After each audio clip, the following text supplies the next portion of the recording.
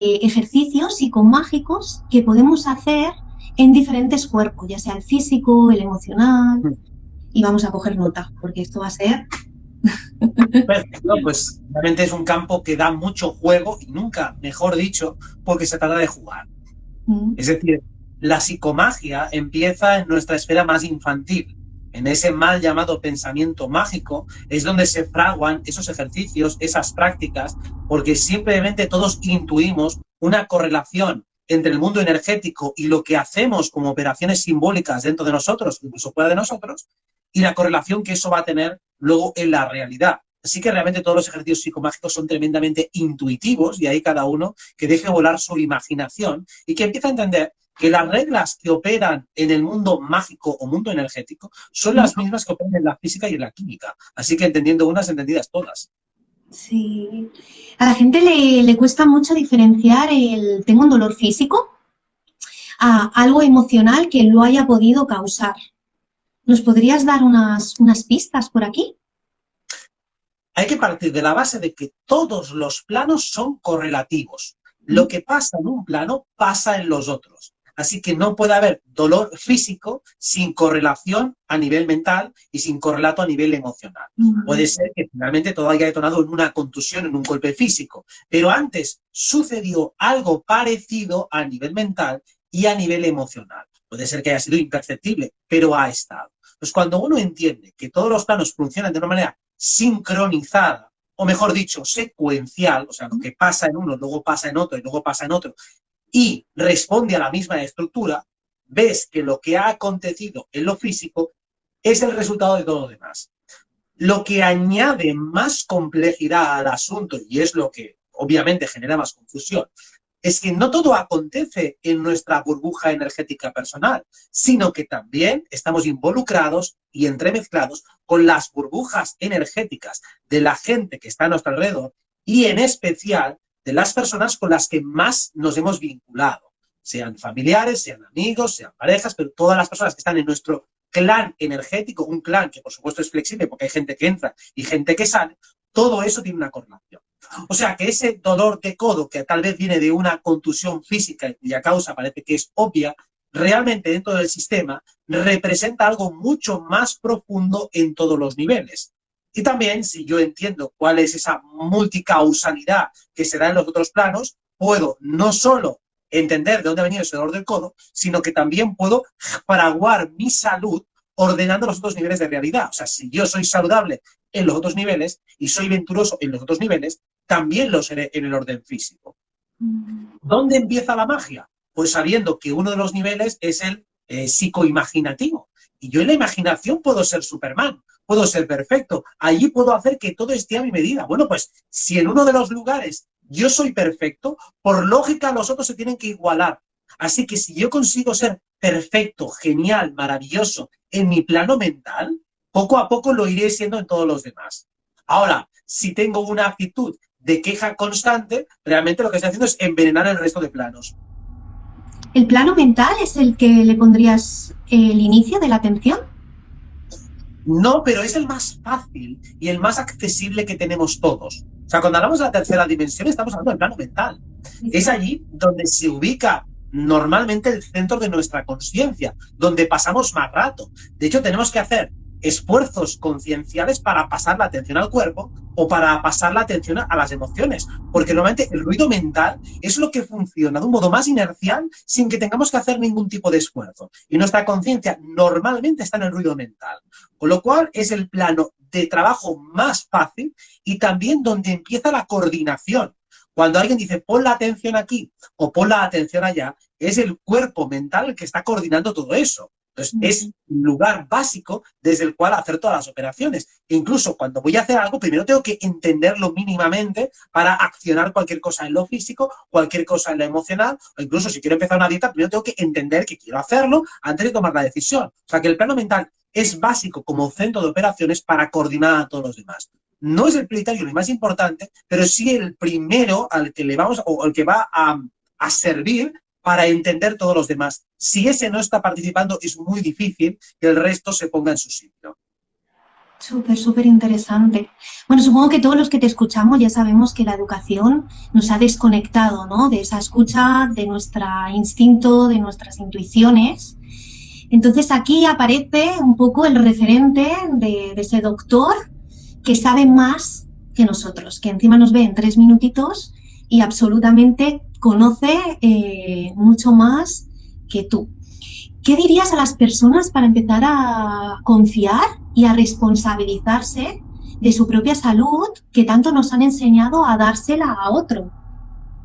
Bueno, pues incluso tomando como ejemplo el de doctor, ¿Mm? el buen doctor lo primero que hace es preguntarte, oye, ¿qué te pasa? ¿Qué sientes? O sea, la primera fuente de información eres tú. No es él que ya directamente con sus rayos X te hace un diagnóstico. Lo primero que hace es averiguar mediante la conversación contigo.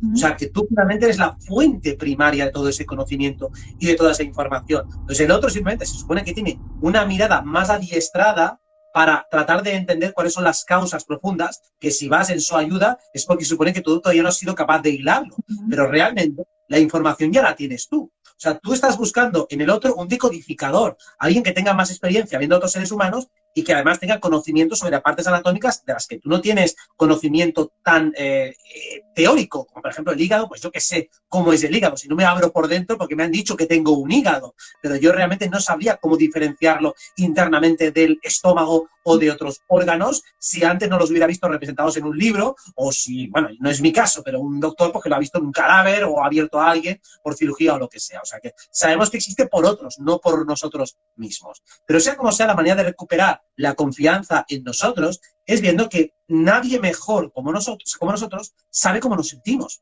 ¿Mm? Te duele la cabeza, el tipo de dolor de cabeza que tienes, tú lo vas a definir mejor que nadie. Es un dolor que está punzante en un punto de las sienes, es una sensación vaporosa que rodea toda la cabeza, está concentrada en alguna parte, está diluida en todas, es más bien pesada, es aguda, es punzante. ¿Cómo es? Al fin y al cabo, si tú intentas, como decíamos, entender qué tipo de sensación es, vas a poder deducir cuál es la solución y cuál es la causa. ¿Por qué? Porque si es punzante, algo que es punzante, sabes que es agudo, que está concentrado en un lugar, con lo cual debe tener una causa muy concreta. Sin embargo, si está repartido por todas partes, pues será multicausal. Entonces no puede ser una sola cosa. Cuando tienes estrés, significa que tienes la mente en 1000 cosas a la vez, entonces tienes un dolor de cabeza generalizado.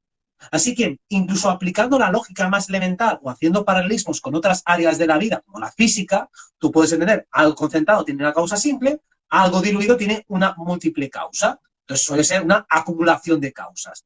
Cuando te das cuenta de que tú ya tienes todas las respuestas, solo que no estás acostumbrado a traducirlo a un lenguaje que sea fácil y accesible, entonces vas a empoderarte de manera natural, porque te das cuenta de que tú ya tienes toda la información relevante. Los extras, por supuesto, te los puede proporcionar un experto, pero la base la tienes tú. ¿Verdad? No sé si tienes esa sensación, pero hay una sobreinformación espectacular. Por poner un ejemplo solamente con la alimentación, ¿no? Si me meto en redes sociales, hoy justamente he visto que la miel era el máximo de tus problemas. Sí, Cuando Cuando la miel, por ejemplo, en Ayurveda, si hay un exceso de tierra, en un poco de agua en ayunas, arrastra ese tejido graso. Si cogemos una infusión de tomillo, y le pones un poquito de miel, es conductora para que llegue a todos los tejidos y órganos, o hasta para equilibrar el sistema nervioso de la ansiedad. ¿No? De repente ahora las legumbres son antinutrientes y son lo peor también. Hay que comer todo carne, hay que comer todo verduras. Hay una sobreinformación brutal que vuelve a la persona que quiere salir de este paradigma más médico, más institucional de antes, a nuevas terapias, de repente se encuentran, no sé si está orquestado o no, con 200 tipos de alimentación y entran en parálisis, en congelación, de que parece que ahora yo que me estoy tomando miel me vaya a pasar algo. Entonces, aquí volvemos a lo mismo, hemos perdido la conexión con nosotros y se lo damos a un otro, ya sea un terapeuta de alimentación, de Gestalt, a nivel emocional. ¿Cómo ves esta sobreinformación tan contradictoria y cómo nos anula un poquito?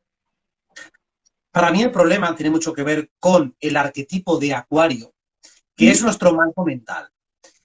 Entonces, ¿qué ocurre con esa sobreinformación? Que todo es medianamente verdadero.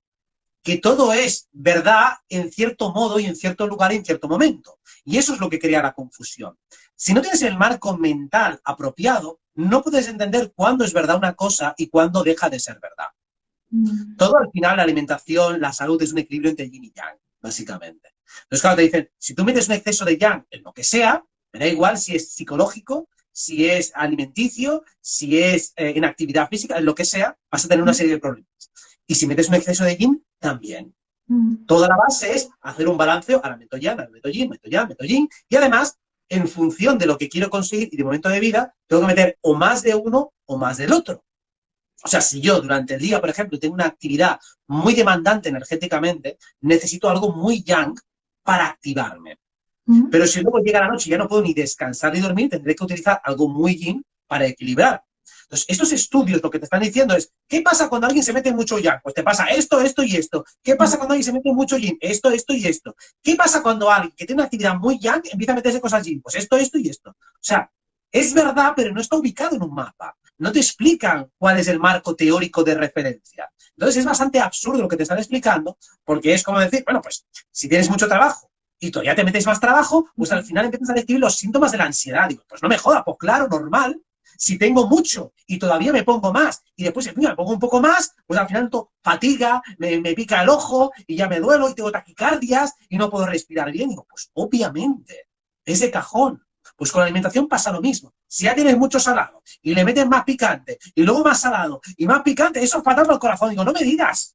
Pues ¿cómo va a serlo? Pues normal, pero no es por culpa de ese alimento, porque si estoy hipotónico, ese alimento me viene de putísima madre, me viene genial para activarme, incluso para compensarme cuando estoy con un tono muy bajo. Y lo mismo, si estoy con un tono muy alto, necesito bajarme para compensarme. Entonces la sobreinformación sobre todo es a falta de un marco de referencia, a falta de saber razonar, lo mismo que pasa exactamente en otras áreas. En la astrología nos pasa lo mismo. Es que tengo Saturno cuadratura no sé qué, o tengo un Quirón no sé dónde. Eso da igual. Eso se tiene que leer en el contexto de toda la carta y en el contexto de toda tu vida. Si no se mira ese marco de referencia grande, todas esas cosas son medias verdades. Sí, es más o menos cierto, pero no es toda la verdad, ni tampoco se puede extraer una conclusión categórica de ello.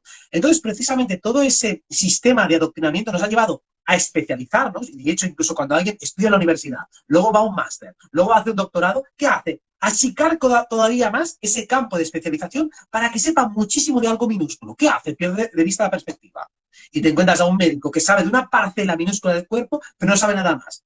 ¿Eso qué hace? Que pierdas completamente la perspectiva y entonces tienes esa sobreinformación porque no sabes cómo encajar los datos. Y como son medias verdades, al final llegas a la conclusión de que todos los alimentos son malos, de que no hay nada bueno. Sí, sí, El sí. agua, el agua, cuidado, lo peor que hay en el mundo. Como bebas agua, casi mejor beber vino. Bueno, pero vino, cuidado también. Y eso es tomar por culo ya con todo.